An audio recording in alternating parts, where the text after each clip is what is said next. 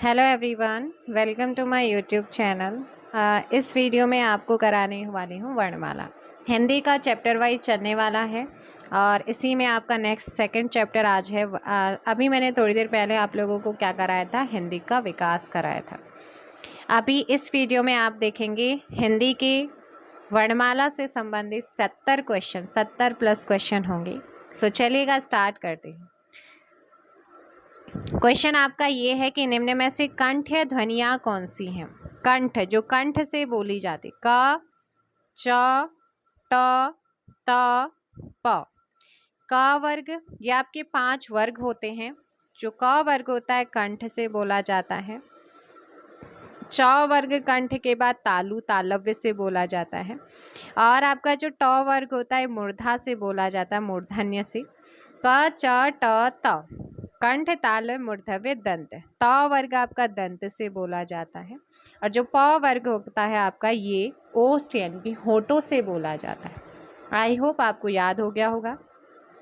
सो कंठ ध्वनियाँ आप जानते हैं, य, र, ल व अंतस्थ व्यंजन है। य, र, ल व क्या होते हैं? अंतस्थ व्यंजन होते हैं। कोई मुझे बताएगा य, र का उच्चारण स्थान क्या है? य और र का, जल्दी बताइए। य और र का उच्चारण स्थान, देखिए य का उच्चारण स्थान तालु है। य का उच्चारण स्थान क्या है बच्चे? तालु है। र का उच्चारण स्थान क्या है? मूर्धा है। ल का आपको ध्यान रखना है, ल का है दंत और व का है ओष्ठ। य, र, ल, व एक अंतस्थ व्यंजन है 4, तो ये आपको ध्यान रखना है। अब च और ज की मैं बात करूं तो च और ज तो बेटा तालु से बोला जाता है। ट और न आपका किससे बोला जाता है? मूर्धा से बोला जाता है। और क और ख आपका कंठ से बोलते हैं। आंसर हो जाएगा ऑप्शन ए। आधुनिक व्याकरण की दृष्टि से ब वर्ण का वैशिष्ट यानी कि विशेषता क्या है? जो ब वर्ण होता है इसकी विशेषता आपसे पूछिए ब वर्ण की, बताइए जल्दी से मुझे कमेंट करके बताइएगा कि ब वर्ण की विशेषता क्या है। प, फ, ब, भ, म ओष्ठ से बोला जाता है। ओष्ठ्य वर्ण ओष्ठ से बोलते हैं। अल्प प्राण के अंतर्गत आता है। किसके अंतर्गत आता है? ब अल्प प्राण के अंतर्गत आता है। और साथ ही घोष वर्ण भी है। क्या है? घोष। घोष को ही सघोष कहते हैं। सो यहाँ पर आपका सही आंसर क्या होगा? भाई दंत से, हाँ स्पर्श व्यंजन भी है, दंतोष्ठ स्पर्श व्यंजन है, अल्प प्राण है, सघोष है और सीधे सीधे आंसर हो जाता है। और साथ में निरुनासिक भी है। क्या है बच्चे? निरुनासिक में भी आता है ब। सो आप लोगों का यहाँ पर सही आंसर हो जाएगा ऑप्शन बी। क, ग, ज, फ ध्वनियाँ किसकी हैं? इनके देखो क, इनके नीचे बिंदी लगी हुई आपको नजर आ रही ना, क, ग, ज, फ, ये ध्वनियाँ किसकी हैं? ये कहाँ से ली गई हैं? तो आपको ध्यान रखना है, इसका सही आंसर होगा ऑप्शन बी, अरबी फारसी यहाँ पर करेक्ट होगा। क्या? अरबी फारसी। पाणिनीय शिक्षा में ध्वनियों को वर्गीकृत करने के कौन से 5 आधार स्वीकार किए थे? किसने? पाणिनीय शिक्षा में, बताओ जल्दी से कमेंट करो। पाणिनीय शिक्षा में ध्वनियों को वर्गीकृत करने के कौन से 5 आधार स्वीकार किए गए? इसका सही आंसर होगा भाई स्वर, काल, स्थान, प्रयत्न और अनुप्रदान, ऑप्शन डी। ये सारे के सारे प्रीवियस क्वेश्चन है जो किसी TGT, PGT, UP triple SC, UP PCS, Uttarakhand है ना, और यूपीएससी जो सीसेट होता है उसमें पूछे गए क्वेश्चन, टीजीटी पीजीटी में पूछे गए क्वेश्चन, सारे मिक्स्ड क्वेश्चन है बट सारे के सारे वो क्वेश्चन है जो प्रीवियस है। हिंदी के स्पर्श व्यंजन के 5 वर्गों के दूसरे और चौथे वर्ण कौन से होते हैं? देखिए अल्प यानी कि कम, प्राण अर्थात वायु यानी कि जब कम वायु निकलती है जिन वर्णों के उच्चारण में उन्हें अल्प प्राण कहते हैं। महा यानी कि ज़्यादा, प्राण वायु यानी कि ज़्यादा वायु निकले उन्हें महाप्राण वर्ण कहते हैं। सो ऐसा प्रत्येक वर्ग का जो पहला, तीसरा और 5वां वर्ण होता है वो अल्प प्राण, दूसरा और चौथा वर्ण महाप्राण होता है। सो 5 वर्ग आप देख लीजिए, मैंने अभी बताया कचट तप, इसमें जो पहला, तीसरा और पांचवा वर्ण होता है वो अल्प प्राण होता है, दूसरा और चौथा महाप्राण। तो महाप्राण व्यंजन आपको ध्यान रखना है, ऑप्शन बी। नेक्स्ट आप लोगों का है, हिंदी में मूलतः वर्णों की संख्या कितनी है? चलिए जल्दी से बताओ, हिंदी में मूलतः वर्णों की संख्या कितनी है? देखते हैं पहले आंसर किसका आता है। मैं आप लोगों के कमेंट देखती रहती हूँ, तो आप लोगों को बताना है। सही आंसर आप लोगों का होगा भाई ऑप्शन सी 52। अघोष वर्ण कौन सा होता है? देखो आपके जो 5 वर्ग है ना, इन पांचों वर्गों का जो पहला और दूसरा वर्ण होता है, पहला और दूसरा वर्ण तो अघोष होता है। पहला और दूसरा, तीसरा, चौथा, पांचवा वर्ण घोष, घोष को ही शघोष कहते हैं। तो पहला और दूसरा वर्ण अघोष हो जाएगा, तीसरा, चौथा, पांचवा वर्ण क्या हो जाएगा? शघोष यानी कि घोष होगा। सो यहाँ पर अघोष वर्ण आपसे पूछा है, अघोष कौन सा है? बताओ भाई। ऑप्शन डी आपका अघोष वर्ण यहाँ पर क्या है? स जो है ना, श एक अघोष वर्ण की कैटेगरी में आता है। हाँ भाई सही है ना, कि हाँ भाई सही है, और महाप्राण इसकी विशेषता है, और श जो है एक उसमें व्यंजन है। छ ध्वनि किसके अंतर्गत आता है? तो आपने संयुक्त व्यंजन तो सुना ही होगा, संयुक्त व्यंजन आपने सुना होगा। संयुक्त व्यंजनों की संख्या 4 होती है। कौन सा? छ त्र ज्ञ स, छ त्र ज्ञ स, ये आपके क्या होते हैं? संयुक्त व्यंजन होते हैं। कौन कौन से होते हैं? श जो कि आपका क प्लस सौ से मिलकर बना होता है, और क वर्ण के बाद में आता है, ये इनकी विशेषता है, पूछा जाता है इसलिए ध्यान रखना है। इसके बाद आपका होता है त्र। कौन सा होता है? त्र। ये तो ये आपका त हलंत लगे हुए त और र से मिलकर बनता है, तो ये त वर्ण के बाद आता है। ऐसे ही बच्चे आप लोगों को ध्यान रखना है। ज्ञ आपका जो होता है ये ज और यो से मिलकर बनता है, पूछा जाता है किससे मिलकर बने हैं। ऐसे ही श्रृंगार वाला श्र जो है ना, ये श और र से मिलकर बनता है, और श वर्ण के बाद इसका यूज होता है। तो ये भाई आप लोगों को ध्यान रखना है। आप बताओ इसमें छ ध्वनि किसके अंतर्गत आता है? ये आपका सही आंसर क्या होगा? जल्दी से बताओ अब। कि मैम ऑप्शन सी हो जाएगा भाई यहाँ पर संयुक्त वर्ण या संयुक्त व्यंजन। जिन शब्दों के अंत में आ आता है उन्हें क्या कहते हैं? जल्दी बताओ भाई। जिन शब्दों के अंत में आ आता हो उन्हें क्या कहा जाता है? चलिए जल्दी से बताइए, उन्हें क्या कहते हैं? कमेंट करके बताओ मुझे जल्दी से। तो यहाँ पर आप लोगों को ध्यान रखना है, उन्हें क्या कहते हैं? उन्हें कहते हैं अकारांत। नेक्स्ट क्वेश्चन है, इनमें से कौन सी ध्वनि अवधि में नहीं है? अवधि में कौन सी ध्वनि नहीं है? बताओ। तो भाई ऑप्शन बी अवधि में नहीं है। नेक्स्ट है, निम्नलिखित में कौन ट वर्ग नहीं है? ट ठ ड ढ ण, ट ठ ड ढ ण, क ख ग घ, घ आपका किस में आता है? क वर्ग में आता है, कंठ से बोला जाता है। श श ह कौन से व्यंजन कहलाते हैं? जल्दी से आंसर कीजिएगा। श श ह कौन से व्यंजन कहलाते हैं? बताइए कौन से व्यंजन कहलाते हैं भाई। क्वेश्चन नंबर आप लोगों का 12 है, और इसका सही आंसर क्या हो जाएगा? ऑप्शन सी संघर्ष। निम्नलिखित में कौन स्वर नहीं है? इनमें से कौन सा स्वर नहीं है, ये आप लोगों को बताना है। चलो जल्दी से बता दो भाई, कमेंट कर दो। और सही आंसर हो जाएगा स्वर नहीं है। तो आप जानते हैं कि इनमें से स्वर कौन सा नहीं है? डी, ये आपका स्वर नहीं है। स्वर ध्वनि के प्रकार कौन से हैं? स्वर ध्वनि के प्रकार, तो स्वर ध्वनि के प्रकारों की मैं बात करूं तो आपका आंसर होगा भाई दीर्घ स्वर भी होता है, प्लुत स्वर भी होता है, और ह्रस्व भी होता है, इसीलिए आंसर होगा आपका option D. Next question, Hindi वर्णमाला में व्यंजनों की संख्या है। हिंदी वर्णमाला में व्यंजनों की संख्या कितनी है? व्यंजनों की संख्या आपसे पूछिए बेटा भी। सही आंसर क्या हो जाएगा? हिंदी वर्णमाला में व्यंजनों की संख्या कितनी है?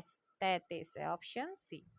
नेक्स्ट है अयोगवाह कहा जाता है। अयोगवाह किसे कहा जाता है? अयोगवाह कहते हैं किसे? ऑप्शन ए विसर्ग। निम्नलिखित में से कौन सा पश्च स्वर? पश्च स्वर कौन सा है? जल्दी से बताइए। पश्च स्वर आप लोगों को बताना है कौन सा इनमें से पश्च स्वर है। चलो जल्दी से बताओ। तो देखो भाई यहाँ पर जो पश्च स्वर है वो कौन सा हो जाएगा आप लोगों का? सबसे पहले जिहा के आधार पर जो स्वर होते हैं वो 3, फ्रंट टोन, मिडिल टोन यानी कि बैक टोन यानी कि क्या? अग्रस्वर, मध्य स्वर, पश्च।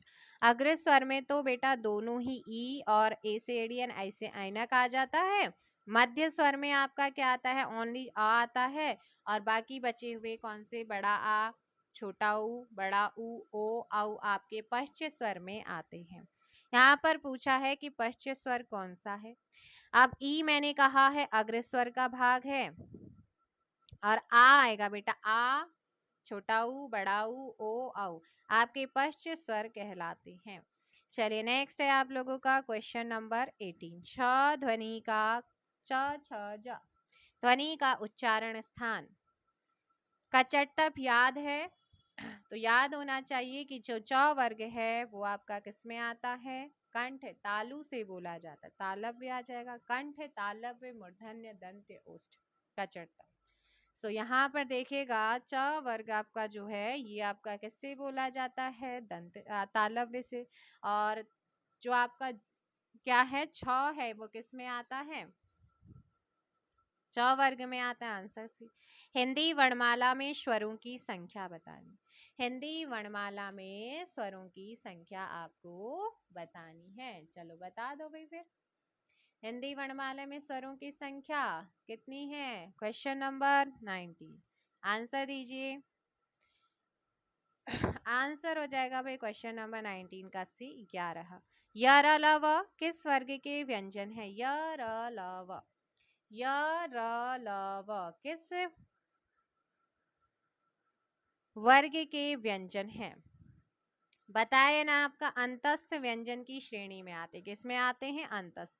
य आपका तालु से बोला जाता है, र आपका मूर्धा से, ल किससे बोला जाता है बच्चे? ल दंत से बोला जाता है और व आपका ओष्ठ से बोला जाता है। अब र जो होता है ना, र होता है इसे प्रकंपित या लुंठित व्यंजन भी कहते हैं। आपसे पूछता है प्रकंपित या लुंठित व्यंजन किसे कहते हैं? तो र को कहते हैं। पार्श्विक व्यंजन किसे कहते हैं? आपसे पूछेगा, आप कहेंगे कि मैम ल को क्या कहते हैं? पार्श्विक व्यंजन कहते हैं। और ऐसा कौन सा व्यंजन है जो दंत प्लस ओष्ठ, दंतोष्ठ से बोला जाता है? आप कहेंगे कि मैम दंतोष्ठ से व आपका दंतोष्ठ व्यंजन है। वैसे तो आपका व, ल, र, य ये और अलावा चारों ही हैं, लेकिन मोस्टली आपका एग्जाम में व गिवन होता है। ठीक है ना। और नासिक के नासिका या नासिक के व्यंजन कौन से होते हैं? तो पंचमा अक्षर जो प्रत्येक जो 5 वर्ग हैं, पांचों वर्गों का जो लास्ट वाले जो वर्ण होते हैं ना, वो आपके पंचमा अक्षर नासिक के व्यंजन कहलाते हैं। सो भाई जितनी भी इंपॉर्टेंट चीजें हैं मैंने आप लोगों को बताई हैं, इन्हें आप जरूर याद कर लीजिए। आगे अनुनासिक का संबंध होता है। अनुनासिक का संबंध किससे होता है? बताओ। ये क्वेश्चन कई बार, आप ये मत सोचो कि ये आप देखो उत्तराखंड एसआई में पूछा गया क्वेश्चन, ये मिक्स क्वेश्चन चल रहे हैं और आप लोगों को देखने चाहिए। आप किसी भी एग्जाम में हिंदी आती है तो उसके लिए बहुत महत्वपूर्ण होता है। सो यहाँ पर ना अनुनासिक का संबंध होता है किससे? ऑप्शन सी, नाक और मुख दोनों से इसका संबंध होता है अनुनासिक। 21 का सी हो जाएगा।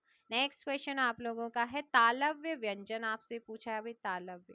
जो प्रीवियस ईयर क्वेश्चन किसी भी एग्जाम के होते हैं ना, वो भी हिंदी का सिलेबस सेम होता है, कोई चेंज नहीं होता भाई। वर्णमाला ऐसा तो नहीं है ना कि अदर स्टेट के लिए चेंज हो जाएगा, नहीं। तालव्य व्यंजन आपसे पूछा है और मैंने बताया भी है। क, च, ट, कचट तप, कंठ, तालव्य, मूर्धन्य, दंत और ओष्ठ।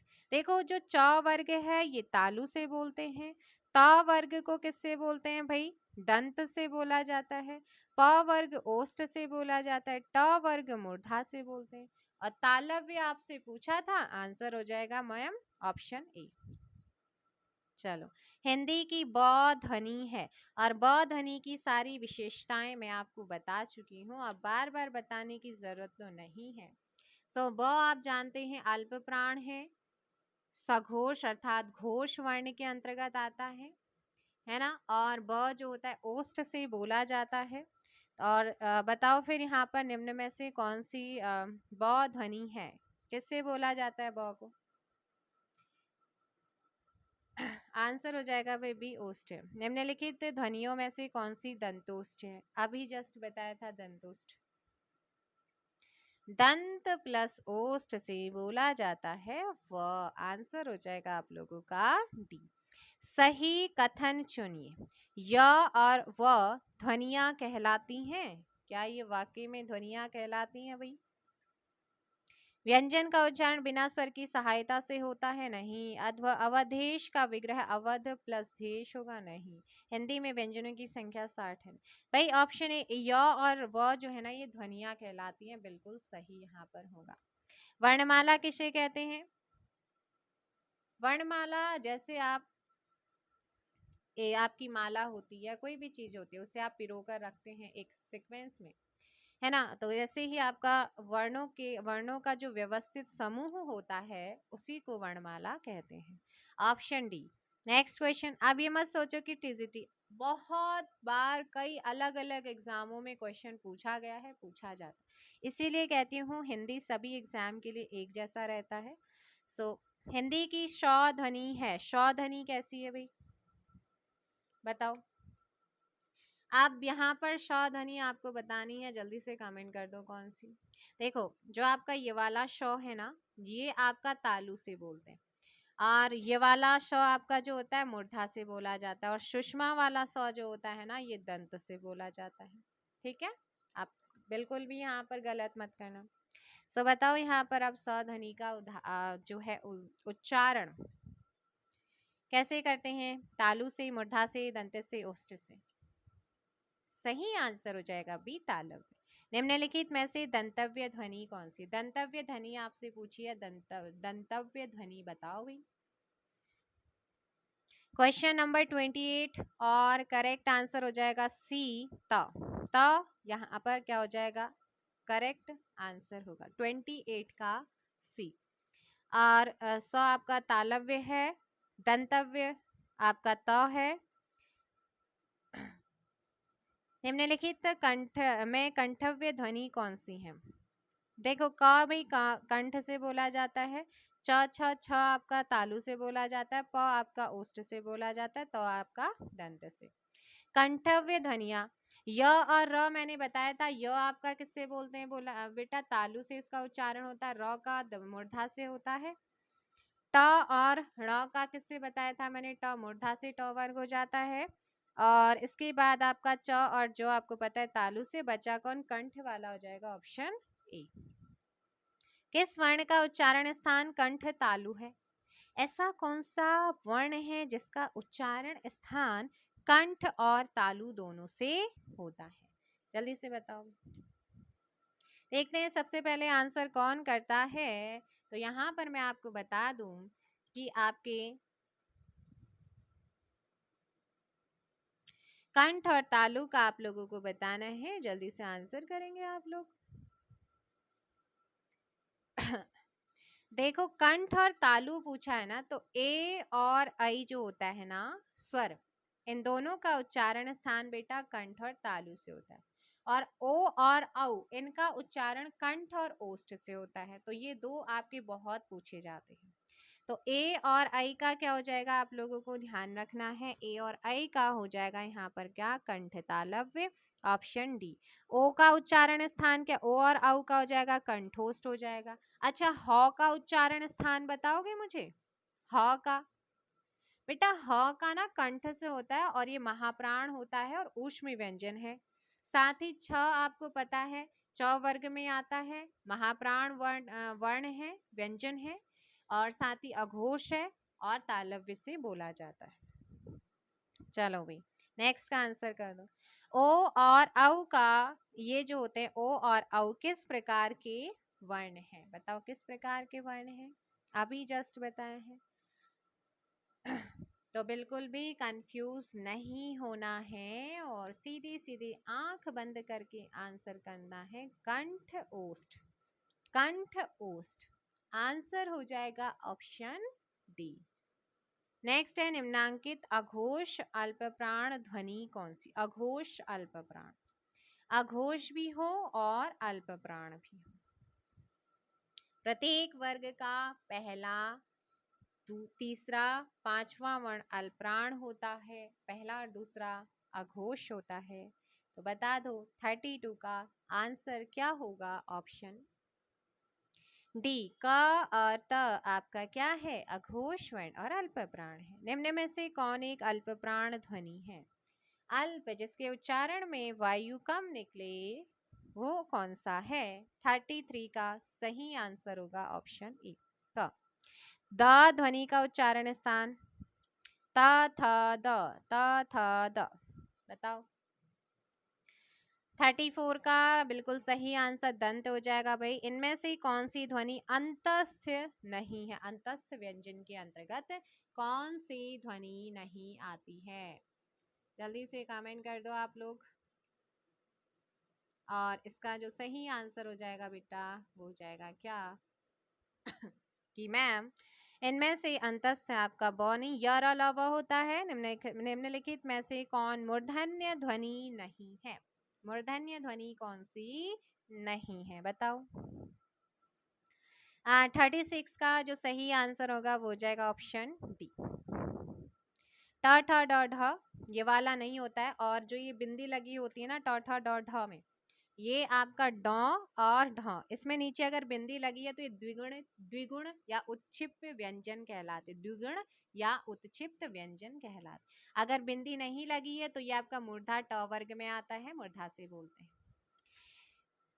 नेक्स्ट क्वेश्चन आप लोगों का है यहाँ पर क्या 37। कामता प्रसाद गुरु ने बाह्य प्रत्न के अनुसार व्यंजनों के कितने भेद माने हैं? जल्दी बताओ। 37 देखते हैं कौन आंसर करता है। और इसका सही आंसर होगा बेटा 2।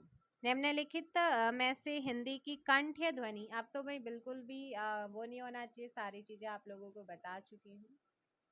सो यहाँ पर आप लोगों को ध्यान रखना है। इसका जो सही आंसर होगा बेटा वो हो जाएगा ऑप्शन हाँ कंठ है, ध्वनि है। ई आपका किससे बोला जाता है? कोई मुझे बताएगा ई का उच्चारण स्थान क्या है?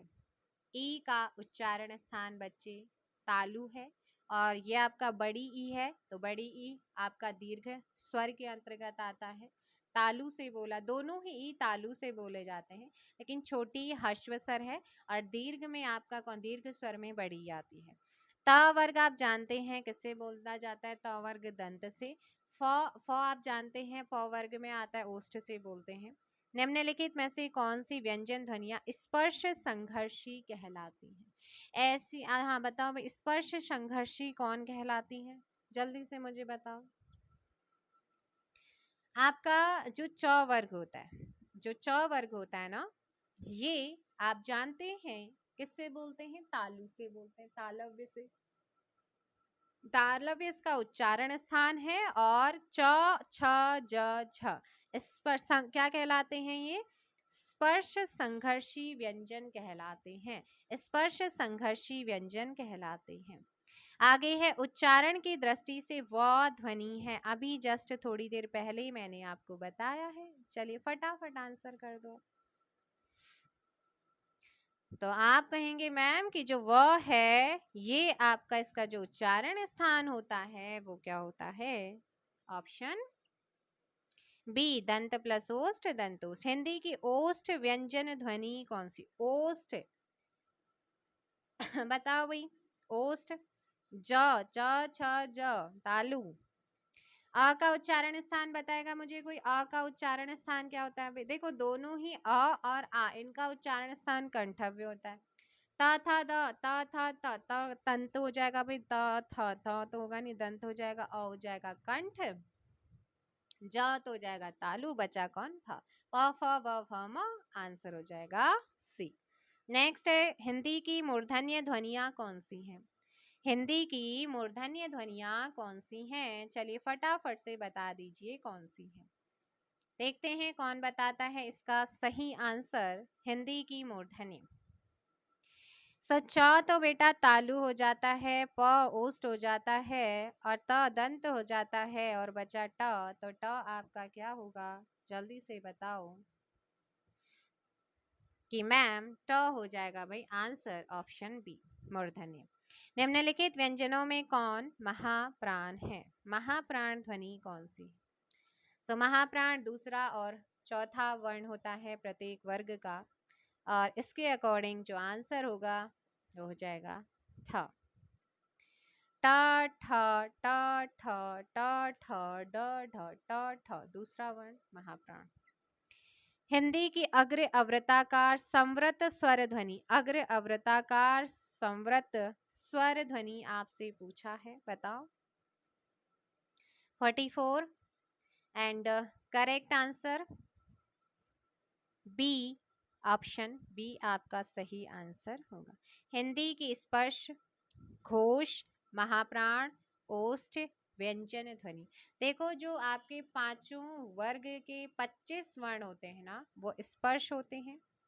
घोष भी हो, स्पर्श भी हो, महाप्राण भी हो और ओष्ठ व्यंजन हो। कौन सा हो सकता है? कि मैम ऑप्शन ए वाला होगा। निम्नलिखित में से कौन सा स्वर संवृत है? संवृत आपसे पूछा है, संवृत जल्दी से बताओ, संवृत कौन सा स्वर क्या है? संवृत है। जल्दी से मुझे कमेंट करके बताओ कौन सा स्वर संवृत है। सो यहाँ पर आप लोगों का संवृत और विवृत। देखो मुख विवर आपका मुख द्वार के आधार पर, खुलने के आधार पर जो स्वर होता है वो चार भेद होते। एक होता है संवृत क्लोज वॉवेल्स, अर्ध संवृत हाफ क्लोज वॉवेल्स, विवृत ओपन वॉवेल्स और अर्ध विवृत हाफ ओपन वॉवेल्स।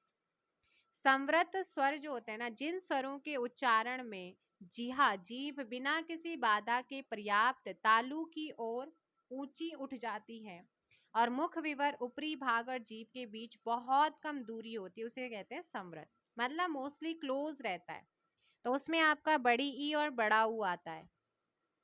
अर्ध संवृत में थोड़ा सा मुंह खुलता है, सीधे सीधे याद रखना है, छोटी ई और छोटा ऊ आता है।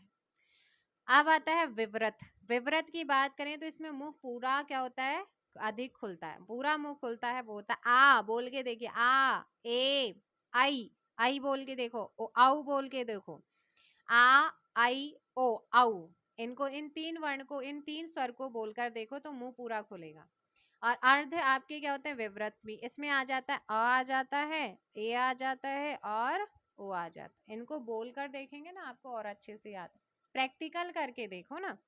अब आंसर दो, इसमें कौन सा स्वर जो है वो संवृत है?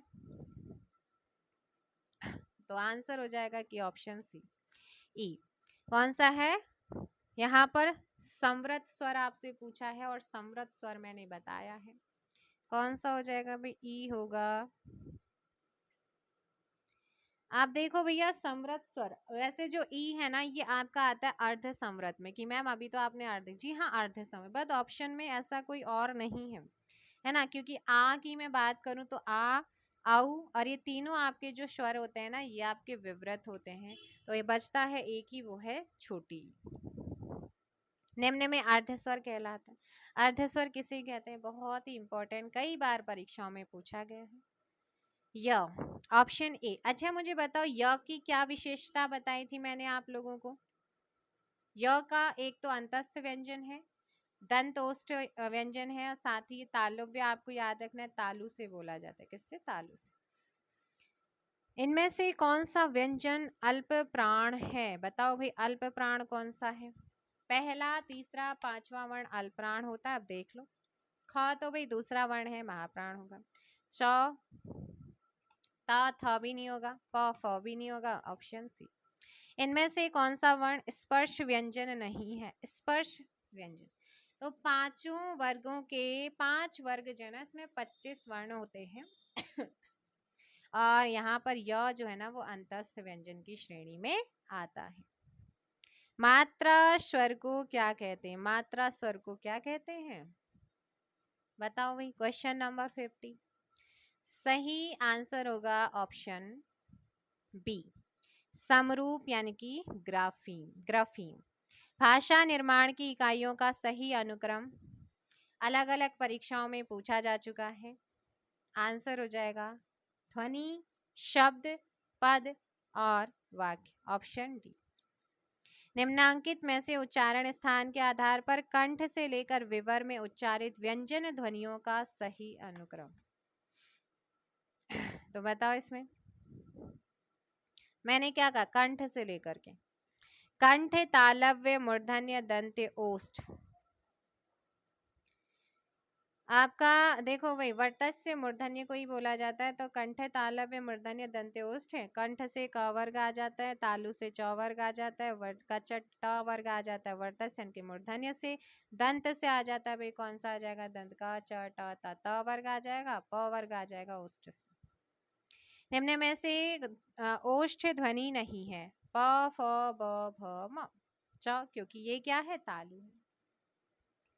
अनुनासिक व्यंजन कौन से होते हैं? अनुनासिक नाक और मुख दोनों से इनका संबंध होता है। और 54 का सही आंसर होगा कि मैम प्रत्येक वर्ग का जो पंचमा अक्षर होता है ना, वो आपका क्या होता है यहाँ पर? अनुनासिक व्यंजन इन्हें कहते हैं। और अनुनासिक व्यंजन में ये अल्प प्राण होते हैं, ये भी याद रख रहे हैं। इनकी विशेषता होती है, नासिका से बोले जाते हैं। ण, य, ण, न और म, ये आपके क्या है? पंचमा अक्षर। कंठोष्ठ ध्वनि का उदाहरण कौन सा है? कंठोष्ठ का आंसर बताओ भाई। कंठ प्लस ओष्ठ हो जाता है। ए से एडी बताओ किससे बोला जाता है? जल्दी से कमेंट करके बताओ भाई। ए से एडी आपका कंठ तालु हो जाता है। ता वर्ग भाई आप जानते ही हैं, दंत से बोलते हैं। बचा कौन? Option C. श्र एक संयुक्त व्यंजन है, इसमें किन दो वर्णों को सम्मिलित किया जाता है? तो मैंने स्टार्टिंग में ही आप लोगों को संयुक्त व्यंजन बताए हैं, 4 होते हैं। छ, त्र, स्र होता है। और इसमें आप लोगों का जो सही आंसर होगा वो क्या हो जाएगा? क्वेश्चन नंबर 56 का कि मैम यहाँ पर सही आंसर हो जाएगा श और र से मिलकर बनता है सही आंसर। भाई ऑप्शन देखो, इसके अकॉर्डिंग तो कोई भी नहीं है, लेकिन फिर भी हमें आंसर तो लगाना ही पड़ेगा। और सही आंसर आप लोगों का यहाँ पर होगा सी, क्योंकि हलंत वाला श होता है। नेक्स्ट आप लोगों का है क्वेश्चन कि नासिक के व्यंजन की पहचान करिए। नासिक के व्यंजन कौन सा है? अभी थोड़ी देर पहले पंचमा अक्षर बताए ना। ऑप्शन बी, स्वरों के उच्चारण में लगने वाले समय को क्या कहते हैं? स्वरों के उच्चारण में जो समय लगता है उसे क्या कहते हैं? क्या कहते हैं? जल्दी से बताओ भाई। शेयर भी कर दो, आप लोगों के लिए यहाँ पर काम किया जा रहा है। तो स्वरों के उच्चारण में लगने वाले समय को क्या कहते हैं? एक बार सभी लोग मिलकर के क्या कर दो भाई? शेयर कर। जोर से बोलो जय माता दी, शेयर कर दो। सो यहाँ पर भैया आप लोगों का क्या हो जाएगा? स्वरों के उच्चारण में लगने वाले समय को क्या कहते हैं? ऑप्शन ए, मात्रा। निम्नलिखित में से कौन सा वर्ण सघोष और महाप्राण व्यंजन? सघोष होना चाहिए, सघोष के साथ साथ वो क्या हो? महाप्राण हो। बताओ कौन सा है भाई? क्वेश्चन नंबर 59 का आप लोगों का जो सही आंसर होगा वो क्या हो जाएगा? कि मैम सही आंसर होगा बी, छ। नेक्स्ट आप लोगों का श, स के अंतर्गत आते हैं। तो ये कौन से व्यंजन होते हैं? 60 का आप लोगों को ध्यान रखना है। सही आंसर क्या हो जाएगा आप लोगों का? ऑप्शन ए, ऊष्म। इनमें से अंतस्थ वर्ण कौन से? अंतस्थ वर्ण अंतस्थ यरल व बताया था ना ऑप्शन ए। प्रयत्न के आधार पर ल किस प्रकार की ध्वनि है? प्रयत्न के आधार पर ल किस प्रकार की ध्वनि है, ये आप लोगों को बताना है। और इसका सही आंसर क्या हो जाएगा? 62 का ऑप्शन ए पार्श्विक ध्वनि है। कौन सी है? पार्श्विक। उत्क्षिप्त व्यंजन का उदाहरण मैंने बताया था। उत्क्षिप्त व्यंजन किसे कहते हैं? आप लोग ध्यान दीजिएगा। उत्क्षिप्त व्यंजन डी हो जाएगा आपका ऑप्शन। संयुक्त व्यंजन नहीं है। कौन सा नहीं है? श, क्योंकि ये आ का क्या है? ऊष्मीय व्यंजन है। भाषा विज्ञान की दृष्टि से ऊ किस प्रकार का स्वर है? भाई पश्च भी बताए, अग्र संवृत भी बताए हैं, अग्र विवृत भी बताए, पश्च संवृत भी बता दिया। बताओ भाई अभी। आंसर हो जाएगा डी पश्च संवृत है। नेक्स्ट आप लोगों का है हिंदी वर्णमाला में अह और अंग खाली क्या है? तो ये आपके क्या होते हैं? अयोगवाह होते हैं।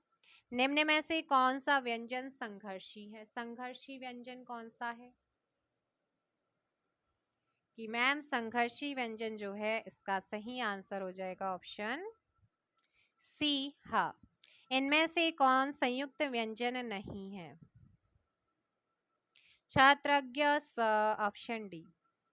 निम्नलिखित व्यंजनों में से कौन सा संयुक्त व्यंजन नहीं है? संयुक्त व्यंजन नहीं है, ऑप्शन बी। नेक्स्ट क्वेश्चन है निम्न में से कौन सा व्यंजन स्पर्श संघर्षी है? स्पर्श संघर्षी व्यंजन कौन सा है? बताओ। स्पर्श संघर्षी व्यंजन आपसे पूछा है, जल्दी से कमेंट करके बता दीजिए। तो देखो भाई यहाँ पर आप लोगों का जो सही आंसर होगा ना वो हो जाएगा क्या? कि मैम स्पर्श संघर्षी में आपका कौन सा नहीं आता है या कौन सा आता है? आता है पूछा है। ऑप्शन ए आपका यहाँ पर हो जाएगा ए ज। ज क्या है? एक स्पर्श संघर्षी व्यंजन है। नेक्स्ट आप लोगों का यहाँ पर अच्छा ऊष्म संघर्षी आपसे पूछेगा। ऊष्म और संघर्षी, ऊष्म और संघर्षी जब मुख से गर्म हवा निकलती उच्चारण करते समय श और ह आपके होते हैं। ठीक है। स्पर्श संघर्षी में आपका देखो भाई च छ ज झ य, जो च वर्ग होता है वो स्पर्श संघर्षी होता है।